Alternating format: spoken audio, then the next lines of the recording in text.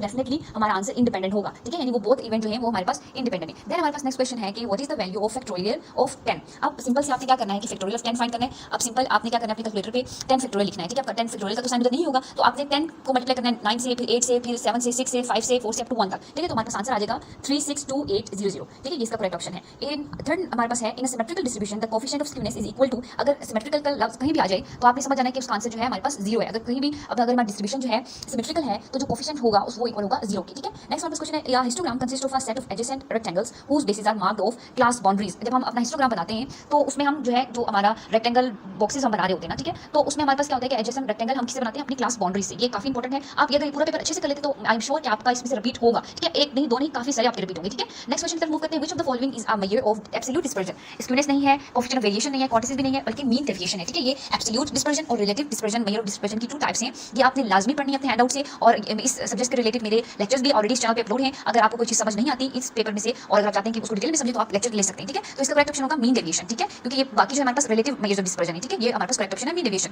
Then हमारे पास next है कि the collection of every member in a group possessing the same basic characteristics but varying in amount or equality from one measure to another, ठीक है। इसका correct option होगा statistical population, ठीक है, एक दूसरे से मुख्तलिफ हैं हर लोग अपने खुसूसियात में, ठीक है, उनको मेजर करना, इन स्टैटिकल पॉपुलेशन को मेजर करना, पॉपुलेशन को मेजर करना, ठीक है।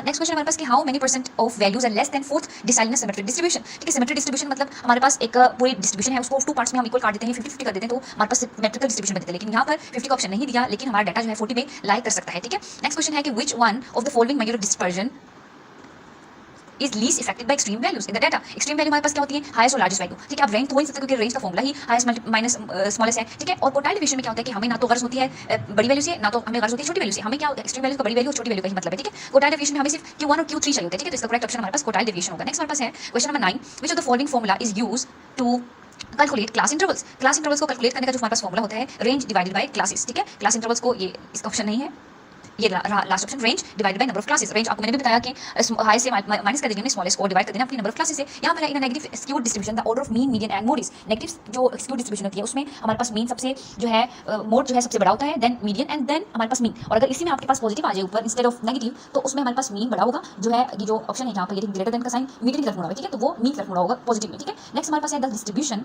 Having long tail. अगर किसी भी डिस्ट्रीब्यूशन की लॉन्ग टेल है राइट साइड पे तो उसे हम राइट स्क्यूड कहेंगे, अगर उसकी लॉन्ग टेल लेफ्ट साइड पे है तो हम उसे लेफ्ट स्क्यूड कहेंगे, ठीक है। और अगर उसकी ना लॉन्ग टेल है ना शॉर्ट टेल है बल्कि वो मिडिल में, तो वो सिमेट्रिक कहलाएगा। नेक्स्ट हमारे पास है in a simple regression model if it is the assume that the intercept parameter is equal to 0। अगर हमारे पास उसका इंटरसेप्ट का पैरामीटर ही 0 हो जाए तो देन मतलब हम स्टार्ट करें अपनी ओरिजिन से, ठीक है। The regression line will pass through the origin, ठीक है, वो ओरिजिन के पास से गुजरेगी। देन हमारे पास है ये the standard deviation is always dash the median value, median deviation, तो इसका करेक्ट ऑप्शन है ग्रेटर देन। हमेशा स्टैंडर्ड डेविएशन ग्रेटर देन होती है मीन डेविएशन से, कोटाइल डेविएशन से, ठीक है। उसके बाद हमारे पास है the probability of event always लाई। अगर कोई हमारे पास इवेंट है तो उसकी प्रोबेबिलिटी जो होती है वो 0 से लेकर 1 तक होती है। और यहाँ पर ये जो -00 है ये इंफिनिटी का साइन है, ठीक है। मुझे साइन नहीं मिला तो इसलिए मैंने यही लगा दिया, तो ये इंफिनिटी है, ठीक है। लेकिन जो करेक्ट ऑप्शन है प्रोबेबिलिटी ऑफ इवेंट की वो लाई करती है 0 से लेकर 1 तक।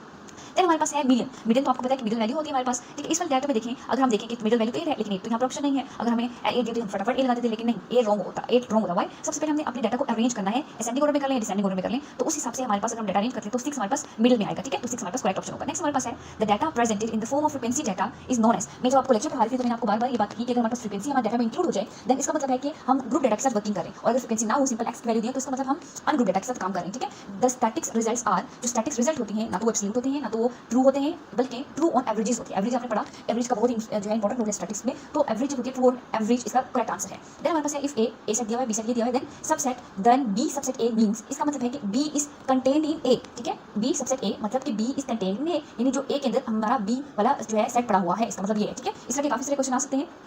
देन हमारे पास है what is the stem part of 243। अब हमने जब स्टेम वाला टॉपिक किया था, अगर आप लोगों ने भी किया तो जो है नोट्स में ये आपको 3 डिजिट्स तो दिए हुए नहीं, हमने 2 डिजिट्स के साथ वर्क किया। लेकिन अगर हमारे पास 3 डिजिट्स की बजाय 2 डिजिट्स हो तो सिंपल हमने कहा कि पहला वाला हमारे पास कहलाएगा स्टेम एंड वाला हमारे पास कहलाएगा लीफ। लेकिन यहाँ पर हमारे पास 3 डिजिट्स है तो इसमें हमारे पास जो पहले 2 नंबर्स होंगे वो हमारे पास स्टेम कहलाएगी। तो पहले 2 नंबर हमारे पास 24 है तो 24 हमारे पास हमारी स्टेम हो जाएगी। देन हमारे पास है in discrete set observation 50% values are greater than 25, then Q2 is. अगर हमारे पास 50% जो डाटा है वो ग्रेटर है 25 से, देन हमारे पास Q2 क्या होगा, ठीक है, वो हमारे पास 50 होगा। अभी मैंने आपको बताया था कि 50% की बात होगी यहाँ पर, ठीक है। तो 50% अगर ग्रेटर देन 25 है तो अगला भी 50% में होगा, Q2 भी हमारे पास 50% होगा, ठीक है। देन हमारे पास है set which is subset of every set. अब जब हम सबसेट बना रहे होते हैं तो आपने ये याद रखना है कि जो इम्प्लिसिट सेट होता है जिसके अंदर कुछ भी नहीं पड़ा होता वो सबका सबसेट होता है, ठीक है। देन हमारे पास है quartile deviation measures the dispersion around. Quartile deviation का जो डायरेक्ट रिलेशनशिप होता है वो मीडियन से होता है, ठीक है। देन हमारे पास है the regression line of this, ये हमारे पास रिग्रेशन लाइन है, has been calculated the what is the slope. अब मैं आपको बता दूं कि जो हमारे पास इक्वल टू के इसके बाद क्या होता है, वो हमारे पास जो होता है वो डिपेंडेंट होता है। ये हमारे पास जो स्लोप के साथ पड़ा होगा वो डिपेंडेंट होगा, बीच में यहाँ पर प्लस का साइन होता है, यहाँ पर माइनस का साइन है, और जो एक्स के साथ पड़ी होती है या कोई भी किसी भी वेरिएबल के साथ कोई भी मान वैल्यू पड़ी होती है वो हमारे पास हमारी स्लोप कहलाती है। लेकिन यहाँ पर हमारे पास स्लोप माइनस कहलाएगी, वाई? क्योंकि यहाँ पर हमारी जो मिडल में वैल्यू होती है इंस्टेड ऑफ माइनस यहाँ पर प्लस होता है, यहाँ पर तो माइनस है, इसका मतलब है कि -2 हमारे पास हमारी स्लोप है। देन हमारे पास है what is the result of the following factorial expression. अभी आपको मैंने बताया था कि आपने कैसे करना है। यहाँ पर बीच में देखिए माइनस का साइन है, सबसे पहले आप 4 - 5 कर दें, 9 - 4 कर दें तो 5 बनेगा, और जब हमने 5 का फैक्टोरियल लिया तो हमारे पास 1 किया गया। How to calculate factorial? अगर आपके पास सिंपल कैलकुलेटर में फैक्टोरियल का ऑप्शन नहीं है तो just you have to do 5 × 4 4 × 3 3 × 2 and 2 × 1, then हमारे पास आंसर आ जाएगा 120। ठीक है, नेक्स्ट क्वेश्चन है व्हिच फॉर व्हाट कंडीशन के एटलीस्ट 1.1। ये हमारे पास जो है शेबेशेव का थ्योरम है इनइक्वालिटी में। हमारे पास ये होता है कि हम कभी भी जो है 0 से 1 से कम नहीं ले सकते, या तो हम 1 ले सकते हैं अपनी वैल्यू, या तो हम ग्रेटर देन 1 ले सकते हैं के की वैल्यू। ठीक है, देन हमारे पास जो सब्जेक्टिव वाला पार्ट है वो स्टार्ट हो गया है। शॉर्ट क्वेश्चन में हमारे पास क्या था कि एग्जैक्ट वैल्यू बच्चे को नहीं पता, लेकिन इसने बताया कि कैलकुलेट करना था बॉयल्स कोएफिशिएंट ऑफ स्क्यूनेस। ठीक है, अब बॉयल्स कोएफिशिएंट ऑफ स्क्यूनेस का क्या फॉर्मूला है बॉयल्स का, ये मैंने फॉर्मूला आपका अटैच किया है हैंडआउट से। Q1 मतलब हमारे पास Q कोटाइल 1 Q3 और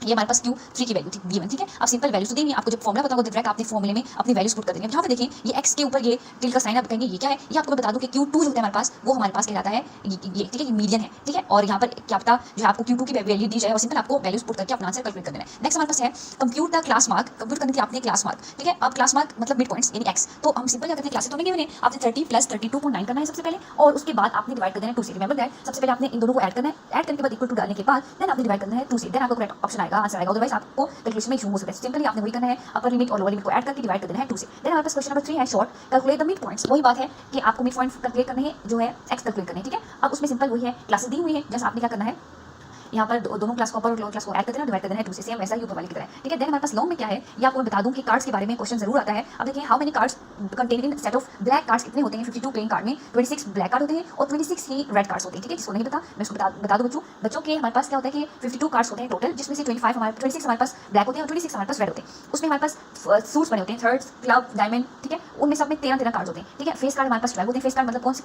किंग, क्वीन के 4, किंग के 4 और जैक के 4। ठीक है, तो वो हमारे पास टोटल हमारे पास 12 कार्ड्स हो जाते हैं। देन हमारे पास हाउ मेनी क्वीन कार्ड्स, अभी मैंने आपको बताया क्वीन हमारे पास 4 होती है, और डायमंड अभी मैंने आपको बताया कि हमारे पास 4 सूट्स होते हैं, यहाँ पर क्लब, डायमंड, हर्ट और सब ये 13 होते हैं। ठीक है, देन हमारे पास है अर्थमेटिक मीन फाइंड करना था इसका, और आपको ये डाटा दिया होता है। सिंपल आपको x नहीं दिया हुआ, so first you have to calculate x, after that आपको f और x को मल्टीप्लाई करना होगा। ठीक है, उसका कॉलम निकाल कर अर्थमेटिक मीन ग्रुप डाटा। ठीक है, अब ग्रुप डाटा में हमारे पास क्या होता है, sum of f over x divided by sum of f। ठीक है, सम ऑफ f यहाँ पर आपको पहले सम करना पड़ेगा f का, और x का भी सम कर लें, और फिर एक और एक सेपरेट कॉलम आपको बनाना पड़ेगा x का, वो आपको ये क्लासेस इस्तेमाल कर आपको एक सेपरेट कॉलम बनाना पड़ेगा। आफ्टर दैट आपको क्या करना पड़ेगा, x और f को मल्टीप्लाई कर देना और उसके साथ लेकर आपने डिवाइड कर देना फ्रीक्वेंसी से। नेक्स्ट हमारे पास फ्रीक्वेंसी पॉलीगन बनाने का क्वेश्चन आया हुआ था, या आप स्किप भी कर सकते हैं अगर आपको समझ नहीं आती, और अगर आप एक्सेल में एक्सपर्ट हैं तो आप बना सकते हैं, अदरवाइज आप स्किप कर दें, आप दूसरे 2 अटेम्प्ट कर सकते हैं। ठीक है, अब देखिए यहाँ पर क्या है, हमें फ्रीक्वेंसी पॉलीगन बनाना है और हमें दी हुई है ये क्लासेस और हमें क्लास लिमिट्स दी हुई है। ठीक है, और हमें फ्रीक्वेंसी दी हुई है। ठीक है, अब जब हम फ्रीक्वेंसी पॉलीगन बनाते हैं उसके लिए हमें फ्रीक्वेंसी चाहिए होती है और साथ में ही हमें उसके लिए जो है x चाहिए होती है। यहाँ पर तो हम x दी हुई नहीं है, तो how can we calculate the x, जैसे ऊपर हमने कैलकुलेट की थी 20 + 29 डिवाइडेड बाय 2 कर देंगे और हमारे पास आ जाएगा आंसर। ये एग्जांपल मैंने आपकी हैंडआउट से अटैच किया, इसका आंसर नहीं है, सिर्फ आपको समझाने के लिए मैंने आपको बताया है कि हमें x कैलकुलेट करने होंगे। x का यहाँ पे आप सेपरेट कॉलम बना लें, आफ्टर दैट आपने वर्टिकल एक्सिस पे अपने x को पुट करना है, x वाले एक्सिस पे यहाँ पर, और जो है हॉरिजॉन्टल पे आपने एक्स पुट करना है, वर्टिकल पे आपने फ्रीक्वेंसी पुट करनी है, और सिंपल आपने डॉट्स को कनेक्ट करते जाना है और फिर हमारे पास फ्रीक्वेंसी पॉलीगन बन गया। उम्मीद करती हूँ आपको ये पूरा पेपर अच्छे से समझ आ गया होगा, और अगर आपको वीडियो अच्छी लगी तो वीडियो को लाइक जरूर कीजिएगा और चैनल को सब्सक्राइब कर लीजिएगा, ताकि आने वाली तमाम न्यू वीडियोस आपको सबसे पहले मिलते रहे। और इंशाल्लाह हम और भी वीडियोस बनाएंगे इन करंट पेपर्स के लिए ऐसी वीडियोस, तो अपने फ्रेंड्स से भी ये शेयर करें ताकि उनका भी जो है इससे फायदा हो जाए। Thank you so much for watching the video.